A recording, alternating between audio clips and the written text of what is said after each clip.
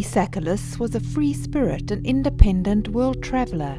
She hitched rides to get around and couch-surfed for places to sleep. Couchsurfing subculture attracts travellers who make use of free accommodation and transport offered by kind strangers that they meet online. Dedicated apps such as Couchsurfing.com or social connectors like Facebook, blogs and internet forums make it easy for like-minded people to find each other. What's required to make this work is trust. Men and women from different walks of life trust strangers that they invite into their homes, and travellers trust that their host will give them a safe night's sleep or secure passage if they offer a lift. Occasionally, very occasionally, this trust is given to the wrong person. The settlement of Boston Bar in British Columbia, Canada, is little more than a rustic truck stop, a 2-hour drive from Vancouver. On the evening of August the 22nd, 2018, the Royal Canadian Mounted Police were called out for what they described as a suspicious occurrence on the outskirts of Boston Bar. A team of investigators arrives in Boston Bar, about 45 minutes north of Hope, along the Trans-Canada Highway. Members of the Integrated Homicide Investigation Team are here after a woman was found murdered. I am completely shocked. It's such a small community, and to think that it could be a local from here, that it's going to affect the community a lot. They arrested a man at the scene, but he was later released from custody. The case was handed to the Integrated Homicide Investigation Team, which handles the most serious crimes across British Columbia. Police did say that a white 1994 Chevrolet Astro van was seized near the crime scene. This is believed to be associated with the homicide. On September the 5th, police released an update. The victim was identified as 28-year-old Emily Sakalis, a tourist from Belgium. Miss Sakalis, they said, was a Belgian national travelling in Canada at the time of her death. Investigators believe she was hitchhiking from the Penticton area on August the 22nd, 2018 and heading to Vancouver. Emily does indeed appear to have been hitchhiking. She had joined a French-language Facebook group, Le Guide de Croutard, Vancouver. This group serves to provide services and assistance to French speakers living and travelling in the greater Vancouver area. It was here that Emily sought assistance. On August the 22nd, she posted 2 messages, likely before she set out from Penticton. Hello, all hostels look full tonight in Vancouver. Tips to set up a tent?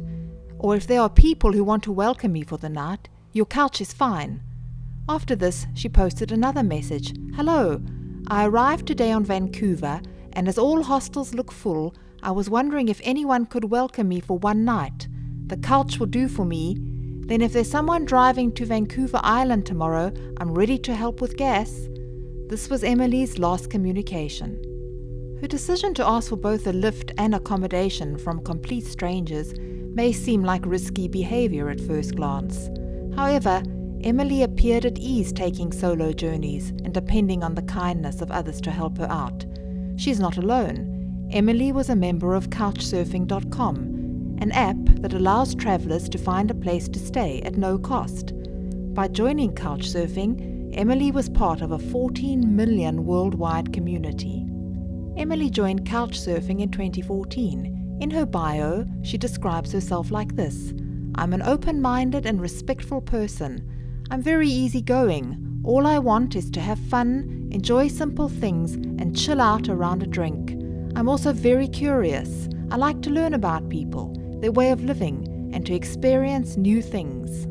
Emily updated her bio to say that she was now in Canada and explained why she was traveling using Couchsurfing.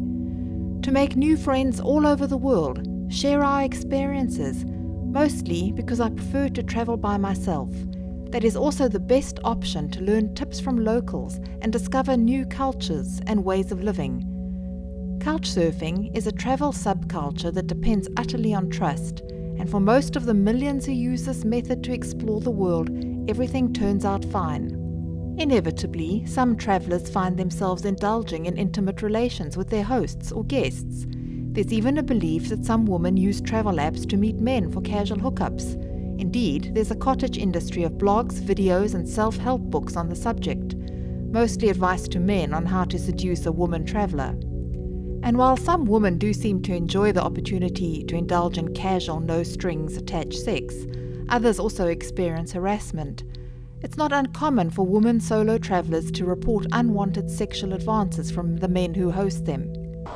And then I looked towards the shower, because that was near his room, so I was looking on that wall, and then the shower's here, and then there was a towel rail. Then I'd seen he'd moved the towels, and there was a hole that big. And I was like, oh my god, what the hell do I do? Because I wasn't in a big city or anything. I was in the middle of nowhere. There's no indication that Emily indulged in this aspect of couchsurfing, or in any way sought attention other than the chance to meet someone new and get a good night's rest. Even if she had, this absolutely does not justify her wrongful death.